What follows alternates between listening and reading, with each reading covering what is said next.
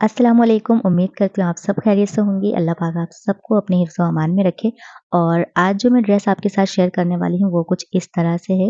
और इस तरह वन पीस की ड्रेस शलवार और कमीज़ दोनों इसी में है और साइड में जो है एक इस तरह से लाइन से पट्टी दी गई है।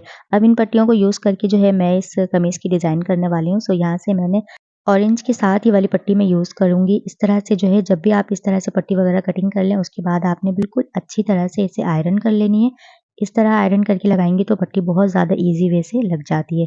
और इस तरह एक बारीक वाली लेस शटल लेस इसमें यूज़ होगी और इसके साथ ही दामन की ये वाली जो बॉर्डर्स है, ये मैंने कटिंग नहीं करी है, ये जस्ट ऑलरेडी कटिंग की हुई है। आपको ईज़िली जो है लेस की शॉप से ये मिल जाएगी।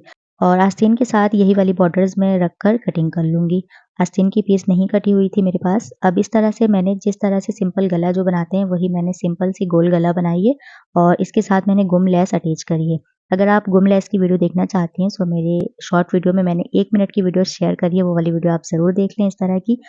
और इस तरह यहाँ मेरे पास दोनों ही दामन की एग्ज़ैक्ट जो है यहाँ पे मेरे पास 2 दामन की ये वाली पीस है। और इस तरह की जब भी मैं कोई डिज़ाइनिंग वगैरह बनाती हूँ तो मैं ये रिकमेंड करती हूँ कि आप ऑर्गेन्ज़ा जो है वो डबल यूज़ करें इस तरह से, क्योंकि आयरन को जो है ना ऑर्गेन्ज़ा बहुत जल्दी दोस्ती हो जाती है। सो इसलिए मैं डबल ऑर्गेन्ज़ा यूज़ करती हूँ। अब इस गले को भी मैंने जो है ना इस दामन से मैच करके मैंने इस गले की जो है सेट तैयार करी है। और इस तरह गले की शेप वगैरह कटिंग करने के बाद मैं यहाँ से एक छोटी-छोटी सी लीफ शेप इसमें जो है डिज़ाइनिंग कर दी है ऐसी सेंटर से निशान लगाकर। और अब मैंने जो है ना सिंपल सी गोल गले की जो चौड़ाई रखी है वो 3 इंच रखी है और इसकी लंबाई जो है वो 6.5 इंच है इस गले की।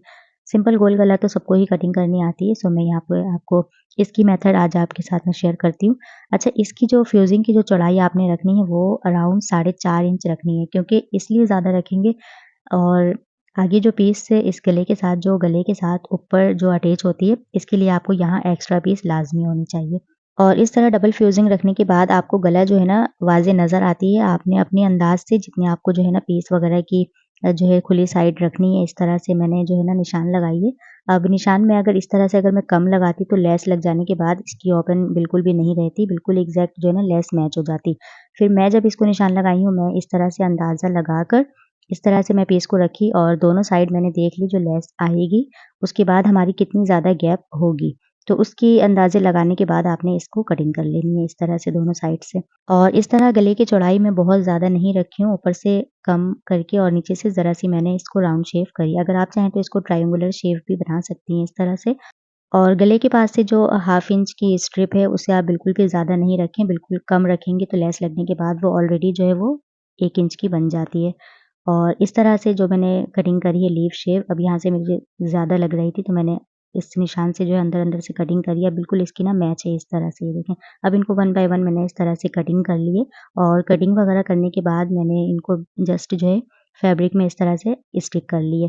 अब स्टिक करने के बाद छोटे-छोटे से मैंने इसको कट्स लगाई है और यहाँ मैं ये वाली जो है ना ग्लू मैं यूज़ कर रही हूँ। अच्छा, इस ग्लू की रिज़ल्ट है अच्छी, मैं ये नहीं कहूँगी कि नहीं है अच्छी रिज़ल्ट, ये वर्क करती है लेकिन ज़रा स्लोली वर्क करती है। और समर बॉन्ड की जो रिज़ल्ट है इसके मुकाबले में जो है वो बहुत ज़्यादा इंस्टेंट रिज़ल्ट है, मतलब कि वो बहुत जल्दी स्टिक हो जाती है। लेकिन ख़ैर यहाँ मेरे पास से जो है समर बॉन्ड भी कम थी और यहाँ मैं ये वाली ग्लू लेकर आई हुई थी, सो मैंने यही वाली ग्लू जो है यूज़ करी है इस तरह से। अब फैब्रिक के ऊपर भी लगाकर मैंने इनको इस तरह अच्छी तरह से सेट कर लिए।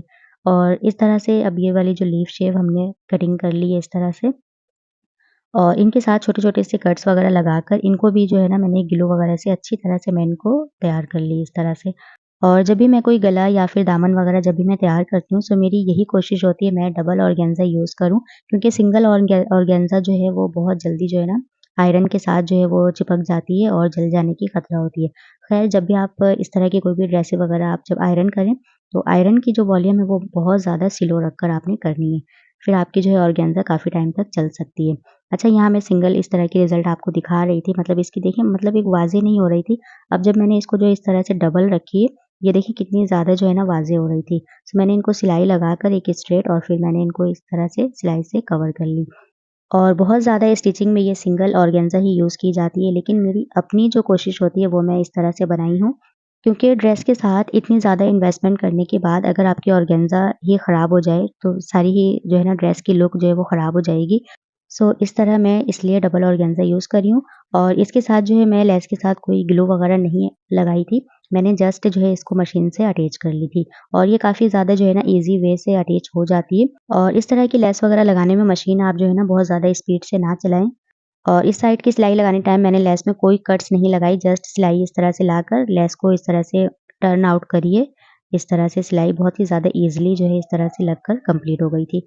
और अब इस तरह लेस वगैरह कंप्लीट करने के बाद कमीज़ को बिल्कुल सेंटर से आपने आयरन कर लेनी है और आयरन करने के बाद ये वाली स्ट्रिप बिल्कुल इस तरह से ना मैंने इसको एक सेंटर से यहाँ पे पिन्स लगा दिए और इस तरह इस स्ट्रिप को सेंटर से बिल्कुल मैच करके एक पिन्स मैं यहाँ पे इस तरह से लगा दी हूँ। अब इस तरह आप स्ट्रिप देख लें, अगर आपकी बड़ी छोटी है तो आपने इस तरह से इक्वल कर लेनी है। अच्छा, यहाँ मैं आपको एक बात बता दूँ, ये आपको वर्क जो है ना बिल्कुल ईज़ी सी लगेगी लेकिन इतनी ईज़ी नहीं है। अगर कोई बिगिनर इस डिज़ाइन को अगर ट्राई करेंगे तो उनके लिए बहुत ज़्यादा डिटेल से बता रही हूँ मैं, कि उनके लिए बिल्कुल भी प्रॉब्लम नहीं है और वो ईज़िली इस तरह से वर्क करें। अब देखिए मैंने यहाँ पे ना ज़रा-सी मुझे चौड़ाई यहाँ पे ज़्यादा लग रही है। अब मैंने इसको इस तरह से सेट करके एक पिन्स में इस तरह से अटैच कर ली। इस तरह से अगर आप वर्क करेंगे तो आपकी जो है सिलाई में बहुत ज़्यादा आसानी हो जाएगी। अब जस्ट जो है ना ये गला जो है हमारी जो है पिन्स वगैरह से इस तरह से सेट हो गई है। अब ये सिलाई बहुत ज़्यादा आसानी से लग जाएगी। और जस्ट वीडियो वगैरह में देखने के बाद अगर आपको सिलाई आसान लगती है तो इतनी ज़्यादा आसान नहीं है। अगर आप इसे ट्राई करोगी फिर आपके लिए ये आसान बनेगी। सो मैंने इस गले की जो लंबाई रखी है वो अराउंड इस तरह से ऊपर से 13.5 इंच है, ठीक है? पूरी फुल लेंथ जो मैंने इसकी रखी है वो अराउंड 13.5 इंच है। अब इसकी जो मैंने इस यहाँ से जो स्ट्रिप बराबर रखी है वो 5 इंच दोनों साइड से इस तरह से। और पहले लेस के साथ जो मैं सिलाई लगाई थी, ये वाली सिलाई अटैच करने के टाइम बिल्कुल मैं इस सिलाई के ऊपर ये वाली सिलाई भी एग्ज़ैक्ट लगाई है और इस तरह से ये वाली गले के साथ मैंने सिलाई दोनों साइड जो है मैं इस स्ट्रिप को बराबर करी हूँ। अब ये स्ट्रिप आपकी कभी भी उठेगी नहीं और ये कभी भी निकलेगी नहीं। मतलब इस तरह की जो है ना आपने नीट एंड क्लीन तरीके से वर्क करनी है। अब देखिए यहाँ स्ट्रिप जो है ना दोनों साइड मैंने इस तरह से अटैच कर ली है।